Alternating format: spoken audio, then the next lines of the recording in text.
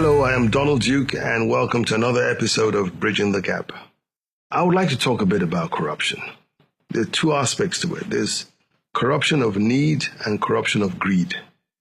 The corruption of need is that corruption where a person, he may have a job, but his income from that job does not cater for his needs. So he's susceptible to corruption. He's susceptible to he wants to make ends meet. So to make that happen, his moral fiber is compromised. Here you have a chap, he works in one ministry or the other. He has 4 or 5 children in school. He has rents to pay. He has medical bills to cater for.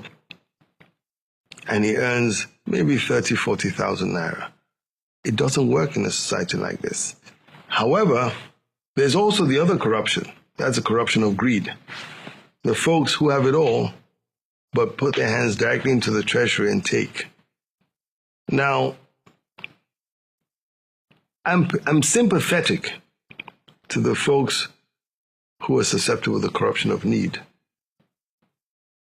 And we've got to deal with that because there's no social belt in our nation.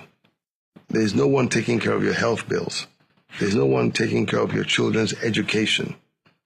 The landlords ask for 3 years up front. You have poor infrastructure, poor transportation.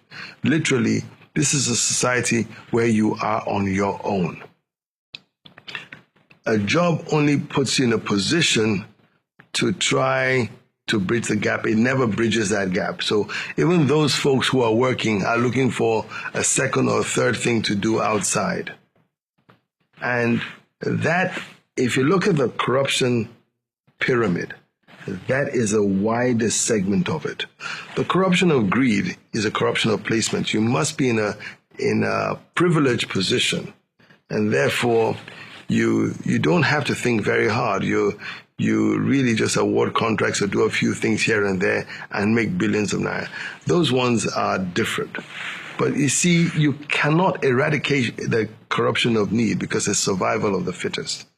The society has to be designed in such a way that I don't bother too much about the education of my children.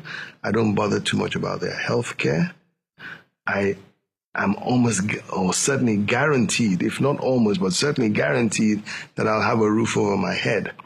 I know that having a roof over your head and not worrying about the education of your children and their health needs, and I can move about as the need arises, makes me attempt to think that I'm content.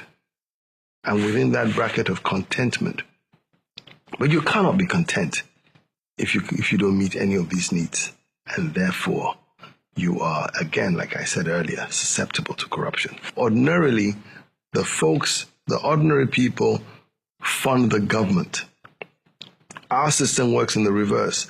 The government generates rents from a few businesses and tries to infuse it down to the people. It doesn't work that way. So in other words, government prosperity should be from a thriving population. If our government is going to work and have the resources to run the economy, then it should ensure that folks have money and pay taxes. So it's like an osmosis situation where the plant gets its nutrients from the soil and not from the leaves. So the mass of people are gainfully employed and have disposable income and can afford paying taxes, the government is better off. The government generates more revenue that way.